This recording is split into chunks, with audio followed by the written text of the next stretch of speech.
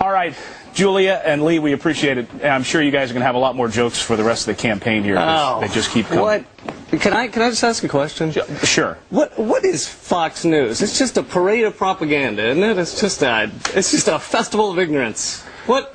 Why, 1 million people are dead in Iraq. Come on, this is ridiculous. What's the point of this? This is insane. Well, I love people Fox at home, News. go outside. Go hug your Lee, you should be children. more. Well, Fox you should be News more will be- worried. Love your family, you know. And you get all the news at Fox. You can get all the news you can at Fox News. All right, thanks, And guys. I think, okay. All right, that's it. All right, Julia and Lee, we appreciate it. And I'm sure you guys are going to have a lot more jokes for the rest of the campaign here. Oh. They just keep coming. What? Can I just ask a question? Sure. What is Fox News? It's just a parade of propaganda, isn't it? It's just a festival of ignorance. What? Why, 1 million people are dead in Iraq. Come on, this is ridiculous. What's the point of this? This is insane. People at home, go outside. Go hug your children. You should be more. Well, you should be more worried. Love your family, you know. And you get them all the news. Just run all the news. Fox News. Alright, thank you. And I think... Alright, that's it.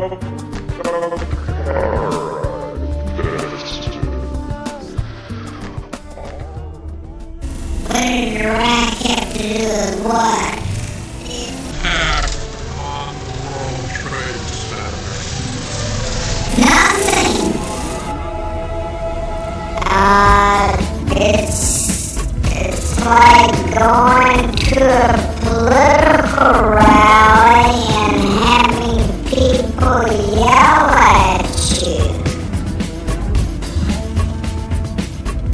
It's like driving down the street and have people not gesturing with all 5 fingers.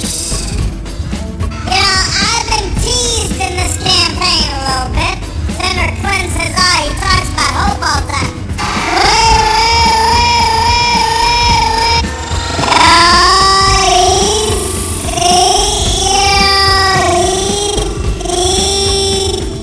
So it's true, Rhode Island. I do talk about hope. I put hope in my sons. And I gave a speech in Boston about hope, and I wrote a book called The Audacity of Hope. Hope. I tell women who want the right to vote. You know, it is true that I talk about hope a lot. You know, thinks he can wave a magic wand. This debate tonight has made crystal clear a challenge that is as old as America. The choice between hope and fear, change or more of the same. Vice President Dick Cheney, the man who's only a heartbeat away from the presidency, is actually a blood relation. He's President Bush's 9th cousin once removed. Cheney's cousin Barack Obama is also Bush's 11th cousin. The Illuminati were to obtain control of the press and all other agencies which distribute information to the public. News and information was to be slanted so the Goyams would come to believe that a one world government is the only solution to our many and varied problems. True today, isn't it? Going down here, a German author named Zwack put Weissaup's revised vision of the old age conspiracy into book form and named it Ein Original Scriptum.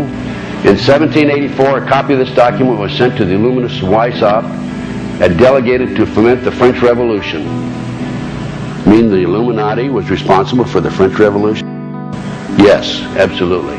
So the Illuminati at the top planned to use wars and revolutions to bring about the establishment of one kind or another of a one world government, the powers of which they intended to usurp as soon as it was established.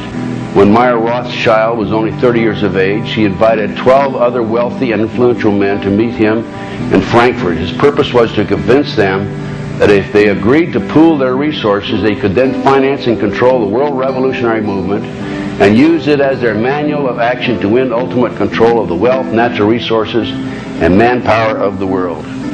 The following is what I have, this is the author, what I have been assured is a condensed version of the plot by which the conspirators hope to obtain ultimate undisputed control of the wealth, natural resources, and manpower of the entire world.